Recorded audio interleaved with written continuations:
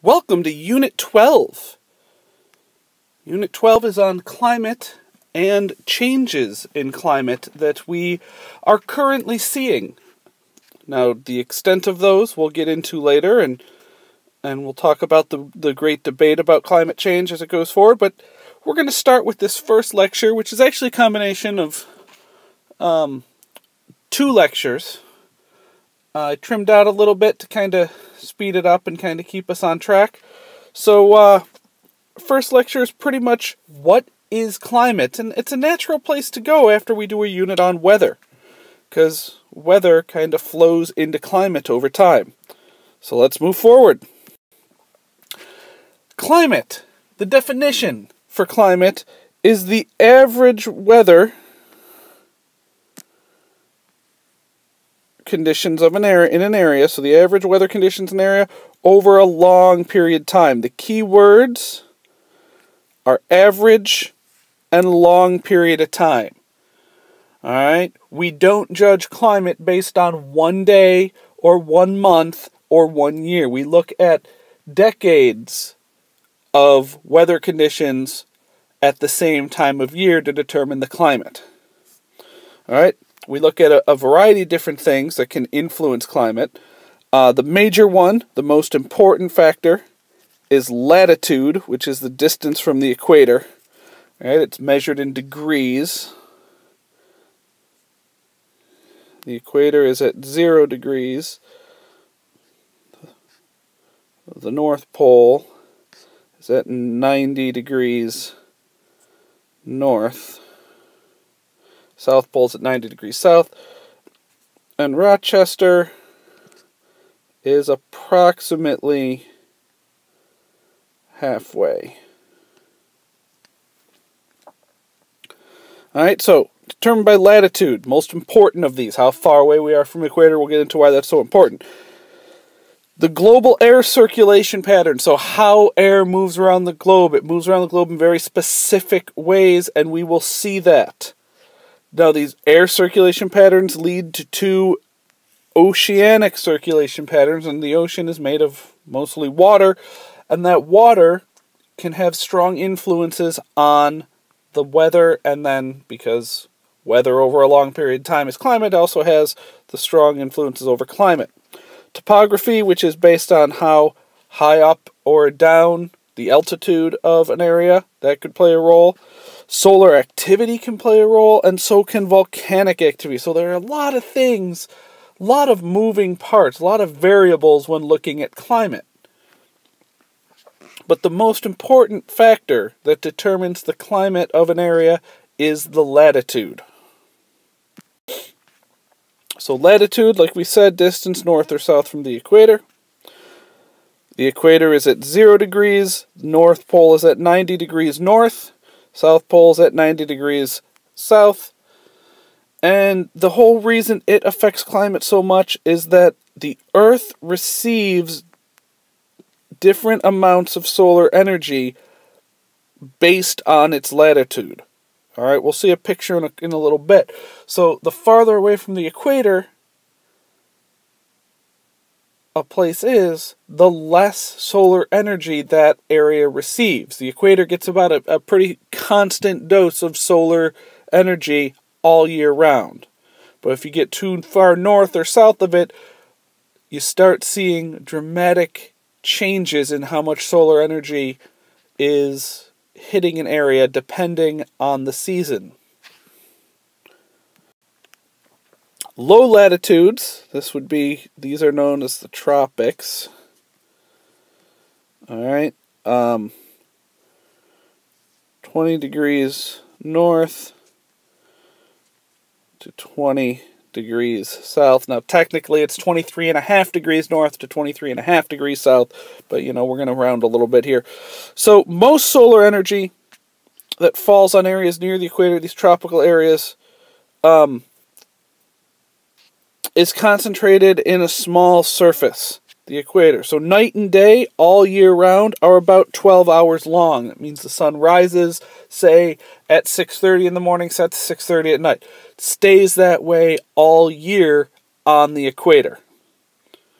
All right, and so temperatures tend to be high all year round and constant. There is little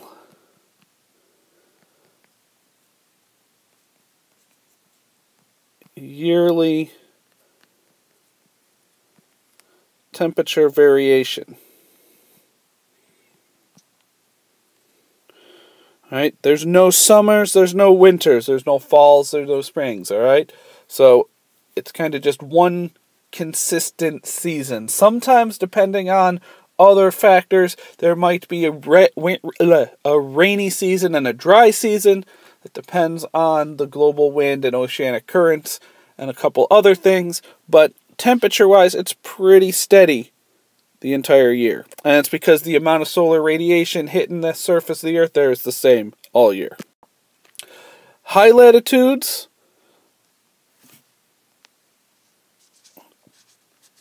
alright, we'll say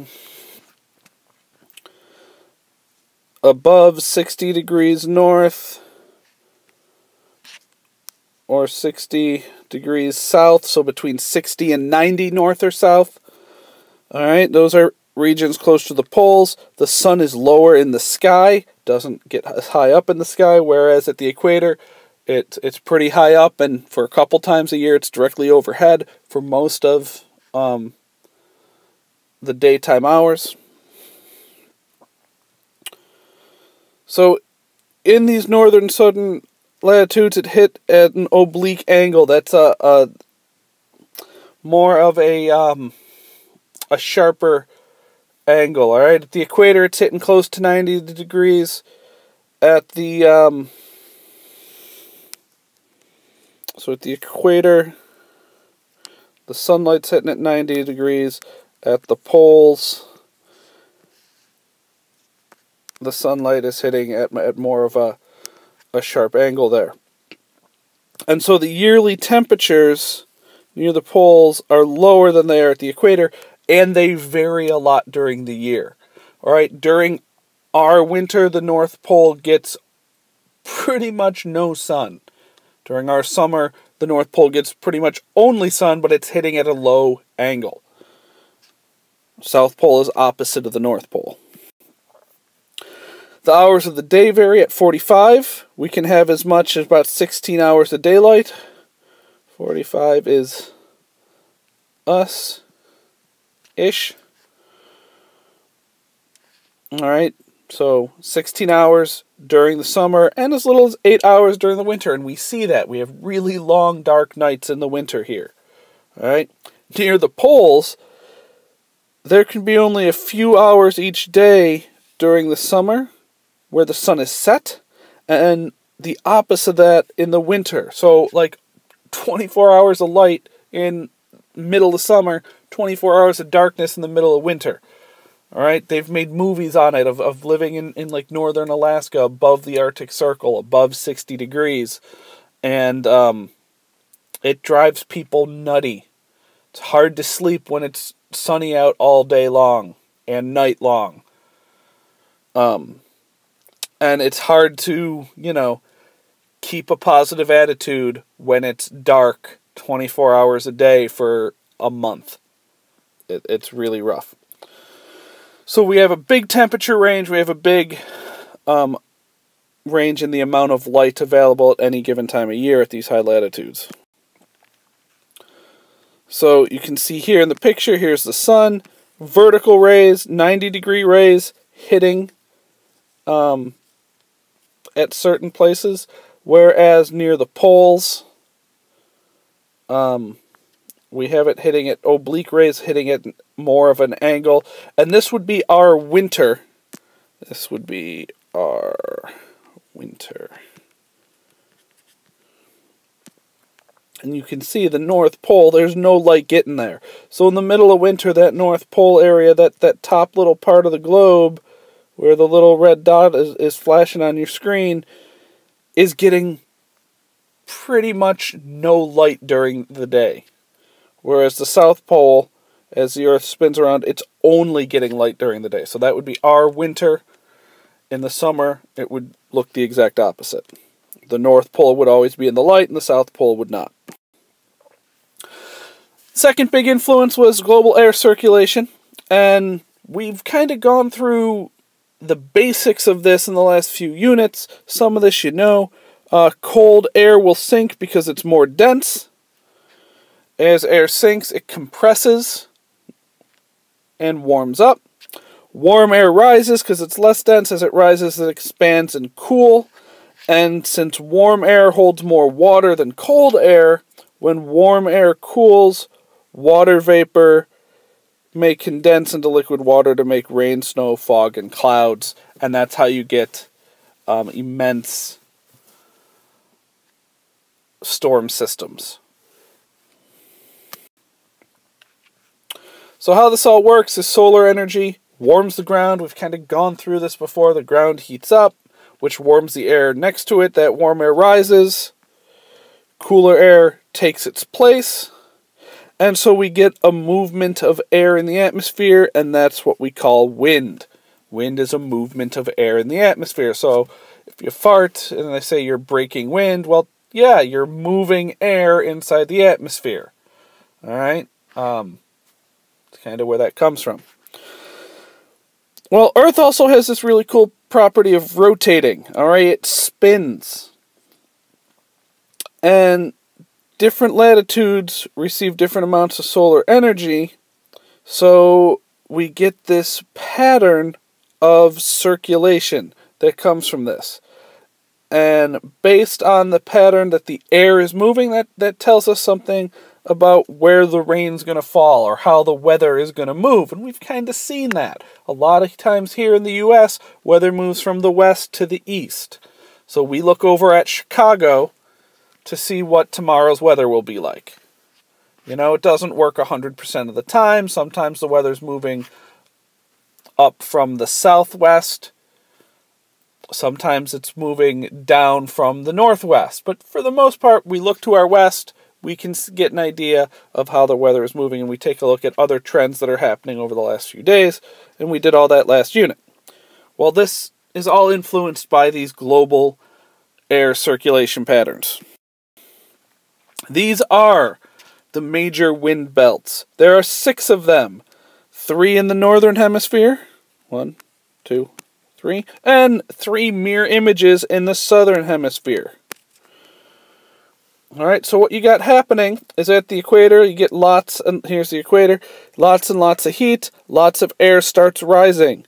That warm air rises and gets moved up high in the atmosphere, away from the equator as it starts to cool, and then at about 30 degrees it sinks. When that air sinks, it then moves along the surface.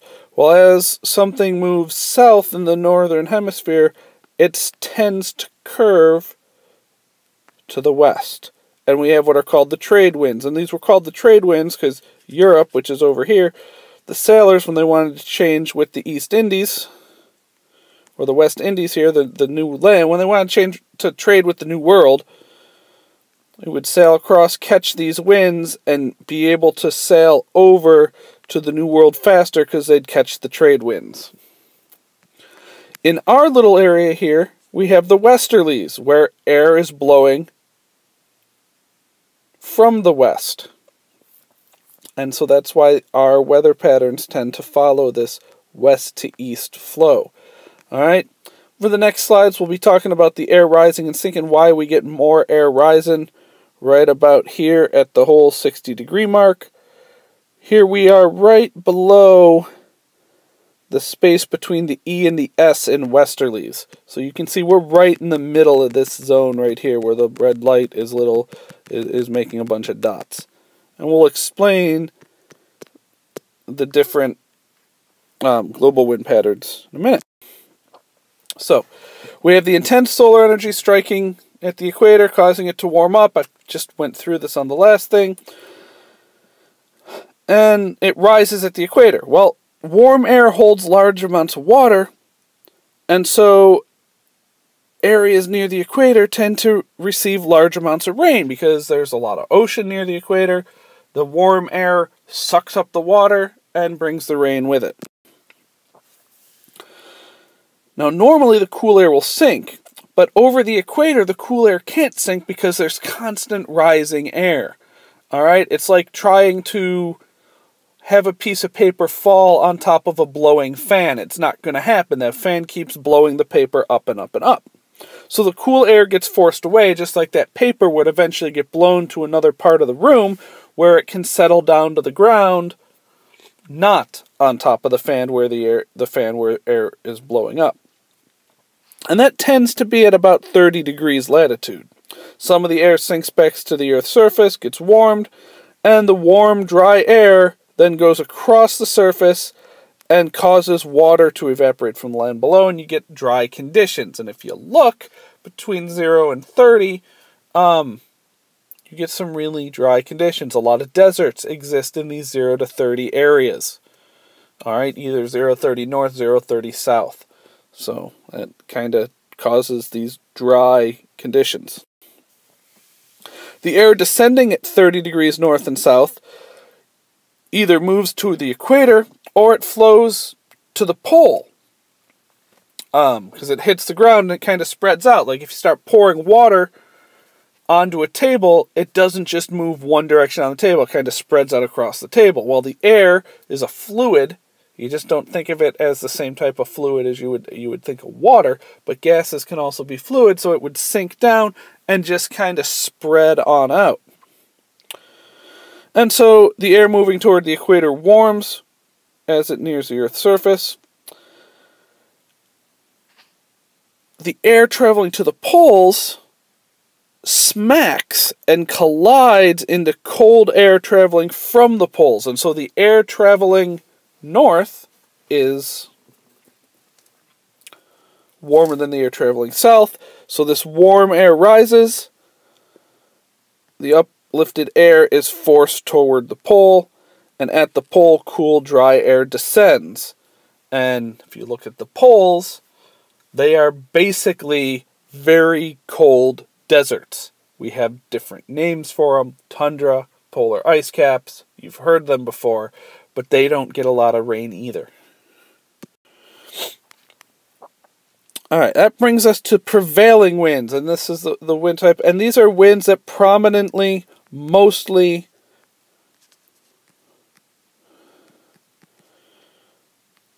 blow in one direction throughout the year. And this all happens because of the rotation of the Earth. They are not directly north or south. They spin, or better word than spin is they curve due to the Coriolis effect. They're deflected to the right in the northern hemisphere, deflected to the left in the southern hemisphere. The north and south hemispheres are like mirror images of each other.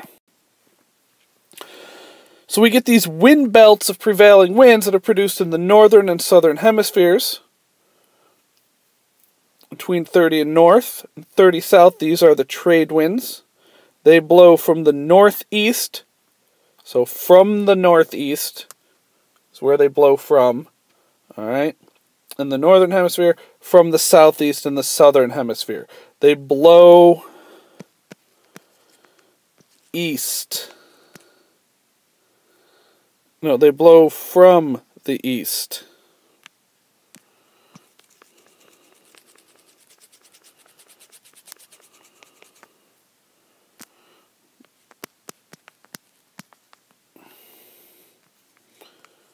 So they blow from east to west. And again, this is trade winds. Blow from east to west. The next wind belt is between 30 and 60. Remember, 30 is where we have air rising, or we have air sinking. 60 is where we have air rising again. 90 is where we have air sinking again. 0, we have it rising. So between 60 north and south, we got the westerlies. Alright? And the westerlies blow west to east. And then between 60 and 90, we have easterlies. And these easterlies which I'm doing here in red, once again below east to west. Alright, mirror images north and south. Topography, height above sea level, also called elevation, altitude. It has an important effect on climate because temperatures fall by 6 degrees every 1,000 meters. 6 degrees Celsius every 1,000 meters. Alright, for those of you that don't really get the relationship between the Celsius and Fahrenheit scale, that is roughly 10 degrees Fahrenheit every 1,000 meters. Alright, and 1,000 meters is a little more than half a mile.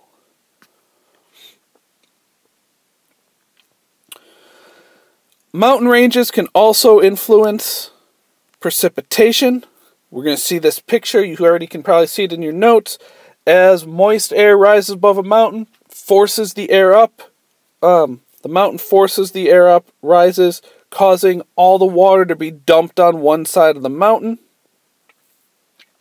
So on the other side of the mountain, we get a very dry side of the mountain. This is called the rain shadow. So a lot of times you'll see deserts on opposite sides of mountains. If you think of the Gobi Desert, the big desert in like China and Asia there, Gobi Desert's a huge desert. Well, that's because clouds and air has to move over the Himalayan mountains to get there. Well, the Himalayan mountains are the tallest mountain range on Earth, so as the air moves up, it drops all its precipitation on the one side of the Himalayas, and then the other side of the Himalayas, there's no moisture in the air, or very little moisture in the air, so it's a desert, and that's the Gobi Desert.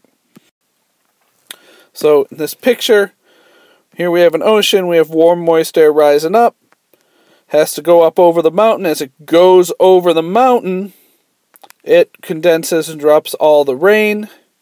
We get what is known as a rain shadow right here.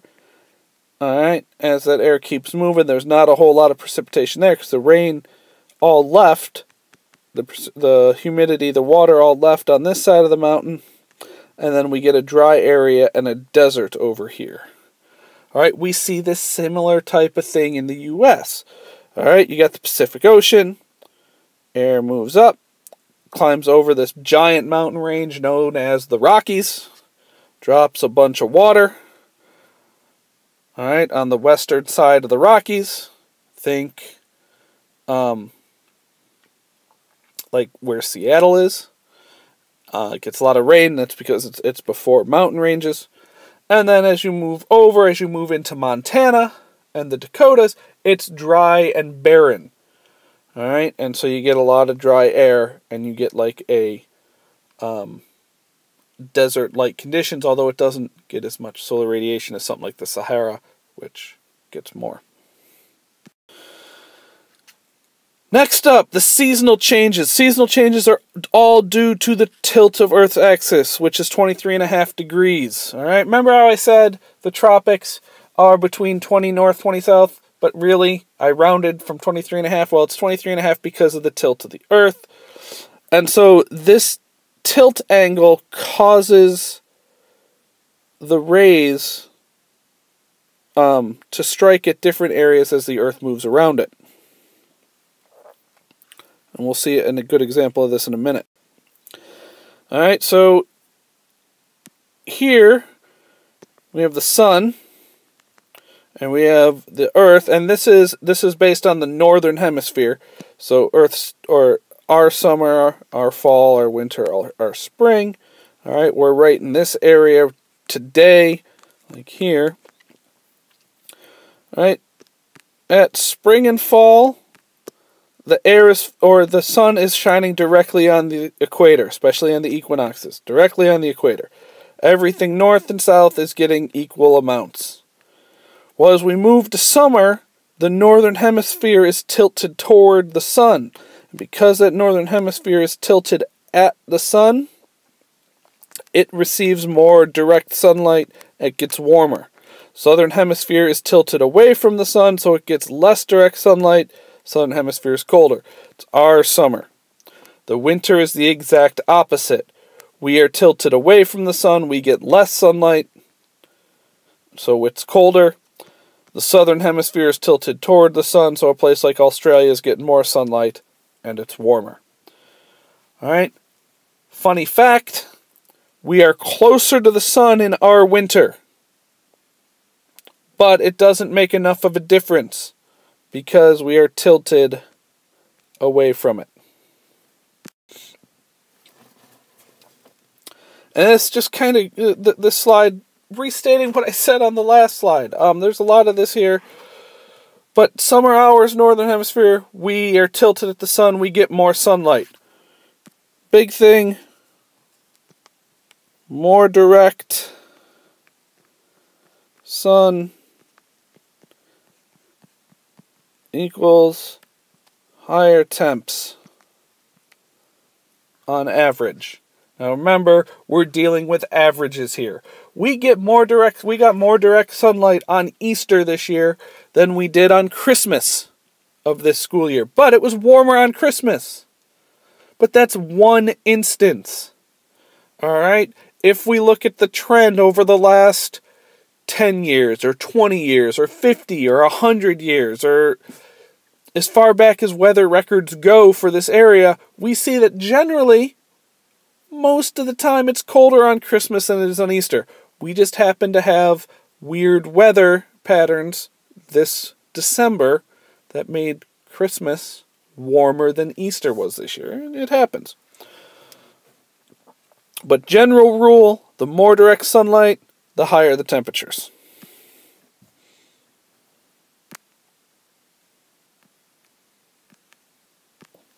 And that's it. That was the last slide of this. So that kind of hit everything, kind of ended a slide. So I didn't know what would be on the next slide, but yeah. So kind of keep all that in mind. I know it's a lot to digest. Bring in any questions you have about this stuff. Again, when we are tilted toward the sun, we have summer. When we're tilted away, we have winter. All has to do with that sunlight. And that's also the reason why latitude is so important as to the climate of an area. And keep in mind that climate is like long-term averages. Alright? Think about your grades and your average for the marking period, right? Yeah, you might get a 30 on one test or a 40 on one test. That does not mean that your grade is always in the 30s or 40s. It was at that one time. You might be a mid-80s student. You just really tanked and bombed a test. It happens to everybody at some point. Don't do as well as you wanted to do. But it's just one part. That is why grades are calculated on averages and not on one sole isolated event. Alright, so kind of climate is that long-term average, the end of the year average thing. It looks at everything that's gone on for a long time. Whereas as weather is talking about that specific event, specific day. So climate, long time, and sunlight, more sunlight equals higher temperatures.